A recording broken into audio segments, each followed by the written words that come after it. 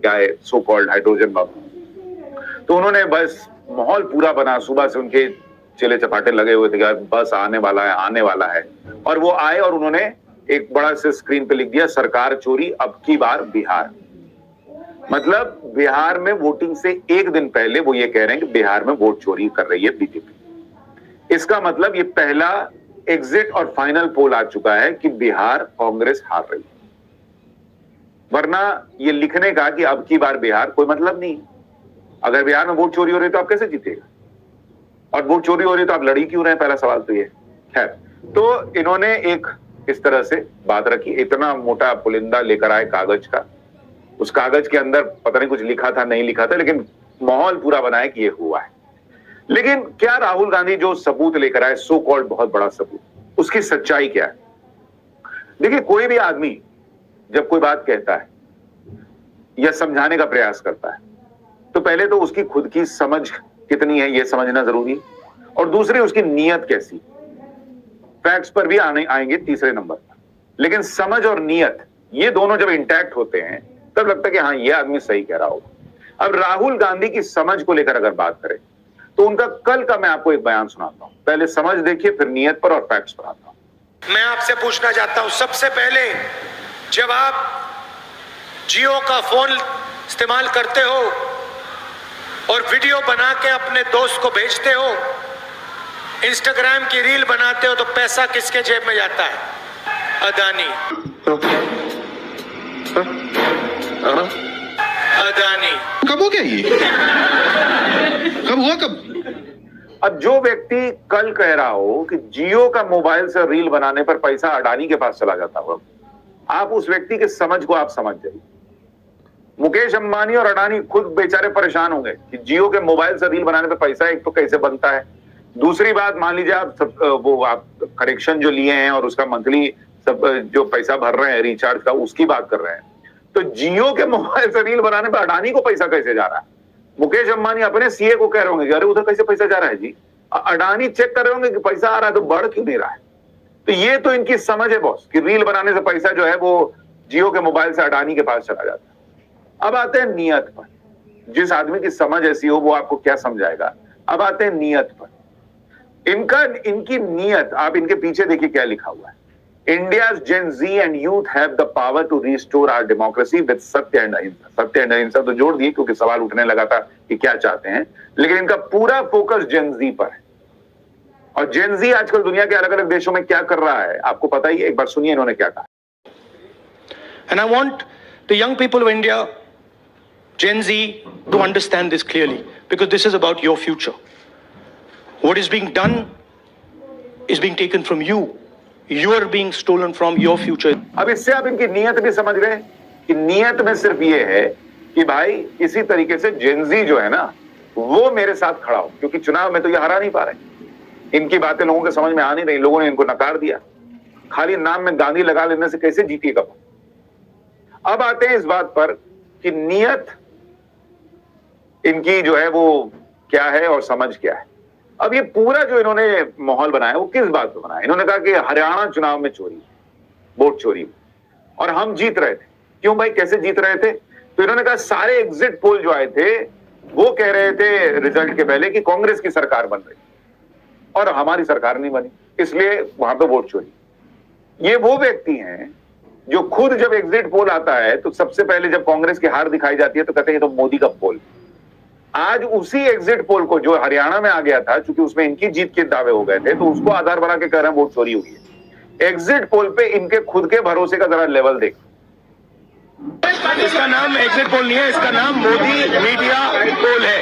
ये मोदी जी का पोल है, फैंटेसी पोल है उनका। अभी बता है भाई। But we decided to zoom into Haryana and go into details about what had happened there. As you all know, all polls pointed to a Congress victory. These are exit polls that we have on the screen. 5 top exit polls after the elections have taken place are saying Congress is sweeping from 58, 54 to 62 seats. Some are giving BJP 20, some are giving BJP 28, but it's very clear that this is a massive sweep. अब आप सोचिए, कह रहे हैं कि exit poll के हिसाब से ऐसा हो गया। चलिए ठीक है भाई, जब इनके हिसाब से एग्जिट पोल आए तो बढ़िया, नहीं तो वो तो खैर हर जगह है इनका, सुप्रीम कोर्ट में डिसीजन इनके हिसाब से आए तो सुप्रीम कोर्ट ठीक, नहीं तो खत्म। मीडिया इनके हिसाब से बोले तो ठीक, नहीं तो मीडिया बिक गई। वैसे ही एग्जिट पोल इनके हिसाब से आया तो एकदम प्रूफ था कि जीतिए रहे, नहीं तो खत्म। तो अब दूसरी बात इन्होंने कही, नायब सिंह सैनी जो सीएम है हरियाणा के, उनका चुनाव के 2 दिन पहले का एक प्रेस कॉन्फ्रेंस का वीडियो चलाया और कहा कि इसमें नायब सिंह सैनी हंसते हंसते कह रहे थे कि हम तो जीत रहे हैं, हम कॉन्फिडेंट हैं, बड़ी मेजोरिटी से सरकार बनाएंगे, हमारे पास सारी व्यवस्थाएं हैं। ये व्यवस्था क्या है? एक बार राहुल गांधी जो वीडियो दिखा रहे हैं वो देखिए, फिर आपको आगे की बात बता। Put it to convert Congress's landslide victory into a loss. And the result was, मैंने शुरू से ये कहा है कि भारतीय जनता पार्टी एक तरफा सरकार बना रही है। हमारे पास सारी व्यवस्थाएं हैं, आप चिंता मत करिए। now please notice the smile on his face. अब राहुल गांधी के लॉजिक के हिसाब से चूंकि नायब सिंह सैनी ने व्यवस्थाएं शब्द इस्तेमाल कर दिया और हंसते हुए बोल दिया, इसका मतलब यह है कि चुनाव चोरी हुआ।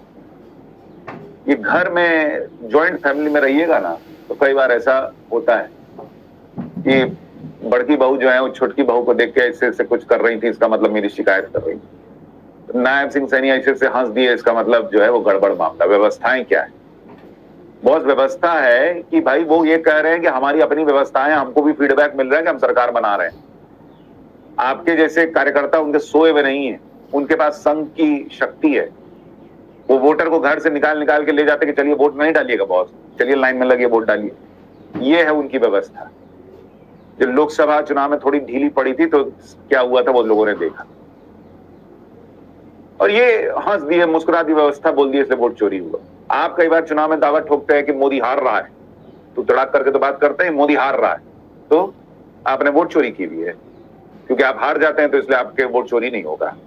अगला सुनिए, अगला ये लोग लेकर आए कि एक ब्राजीलियन सिटीजन है मैथ्यूज फेरोरो, उसने 22 नाम उसका जो है हरियाणा में है, और उसने जो है वो कई बार वोट किया। स्वीटी टू सरस्वती, ये महिला की फोटो लगी हुई।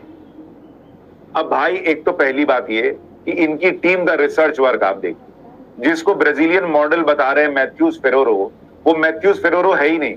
मैथ्यूज फेरोरो तो उस फोटोग्राफर का नाम है जिसने इस महिला का फोटो खींचा था। ये तो इनकी समझ और इनके रिसर्च का लेवल है कि उसी को महिला बता दी। दूसरी बात कह रहे हैं कि महिला की फोटो लगी हुई है और 22 जगह इसने वोट डाला है। भाई इस तरीके से तो यूपी में 2018 का आपको क्लिप दिखा रहा हूं, दुर्गावती के सामने सनी लियोनी की फोटो लगी हुई थी, तो सनी लियोनी 2018 में आके वोट डाल रही थी। हाँ, कोई पूछे इनसे? या फिर जो फॉर्मर कैबिनेट मिनिस्टर थे नारद राय, उनके चेहरे की जगह एलिफेंट की फोटो, हाथी की फोटो लग गई। कुंवर अंकुर सिंह की फोटो की जगह जो है वो डियर की फोटो लगी हुई। तो ये लोग हाथी में जाके वोट डाल के आया था क्या? बताइए। और उसके बाद जब इन लोगों से कहा जाता है कि भाई चलिए ये सब गड़बड़ हो रही है, आप देखिए लिंक्डइन पे भी कई लोगों ने इसी मॉडल की फोटो लगाई हुई। तो इसका मतलब लिंक्डइन में जो है सारे लोग, यही महिला जो है वो सबकी जगह नौकरी कर रही है। ऊपर से लोग पूछ रहे हैं, भाई राहुल गांधी ने क्लेम किया है कि भाई 223 बार जो है 2 बूथ पर एक महिला ने वोट किया। लोग कह रहे हैं भाई ये लॉजिकली पॉसिबल है कि अगर 10-11 घंटे वोटिंग चलती है तो 223 वोट डालने के लिए जो है वो आपको जो है 20 बार प्रति घंटे वोट डालना होगा, और हर जो है वो 3 मिनट पर आपको एक वोट डालना होगा। पॉसिबल है कि कोई एक महिला लाइन में लगे, फिर अंदर जाए वोट डाले, फिर बाहर आए, फिर लाइन में लगे वोट डाले? सीधा मामला फोटो गड़बड़ लगने का हो सकता है, और यही बात तो इलेक्शन कमीशन कहता है कि भाई वोटर लिस्ट में डुप्लीकेसी हो सकती है, फोटो गड़बड़ हो सकता है, नाम गड़बड़ हो सकता है, एड्रेस गड़बड़ हो सकता है। इसीलिए देश भर में एसआईआर जरूरी है। तो जब इलेक्शन कमीशन एसआईआर करेगा तो छाती पीटते हैं, और उसके बाद उसी चीज को सबूत के तौर पर पेश करने लगते हैं। देखो हाउस नंबर 0 है, देखो 2-2 वोट बना हुआ। अरे 2-2 वोट बना हुआ ही तो काटना ना है बॉस। पर इनको कौन समझाए? वही मैंने कहा ना कि समझ का खेल है, इनको समझ में आए तब तो। उसके बाद अब चुनाव आयोग कह रहा है कि भाई ये बिहार का कह रहे हैं, आपकी बार बिहार में देखिए पूरा लिस्ट दे दिया चुनाव आयोग ने कि एक जगह इनके अधिकारियों ने शिकायत नहीं की कि नाम गलत है, वोटर लिस्ट गड़बड़ है। 0-0-0-0 देख रहे हैं, पूरा 0-0। चुनाव आयोग कह रहा है कि फाइनल बिहार पोल रोल रिलीज हो चुका है, 18 लाख लोग और ड्राफ्ट रोल जो पेश किया गया था उसमें 18 लाख लोग और जुड़ गए, जिनका आया कि भाई ये गड़बड़ी है, मेरा नाम छूट गया है, मेरा नाम ये हो गया, तो 18 लाख लोगों के नाम और जुड़ गए। इसलिए मैंने कहा कि ये जो है ना, ये पहला और सबसे सटीक एग्जिट पोल है कि बिहार कांग्रेस हार रही है। इसलिए ये सब वोटिंग के एक दिन पहले हो रहा है। क्योंकि आप इनसे देखिए, पत्रकार ने फिर पूछा कि जाइएगा सुप्रीम कोर्ट, सुनिए क्या बोल रहे हैं। सर, पिछली बार भी आपने फैक्ट्स रखे थे, चुनाव आयोग जो है अपनी बात रवि क्या देता है कि ये बेसलेस है, एलिगेशंस को सिरे से नकारता है।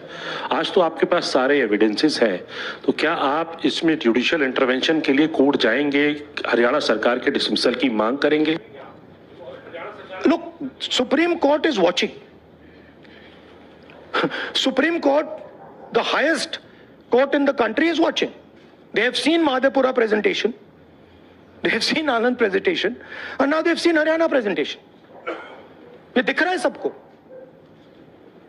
It is not hidden. We are not doing it in a quiet room. We are doing it in front of the Indian media. Everybody in India knows.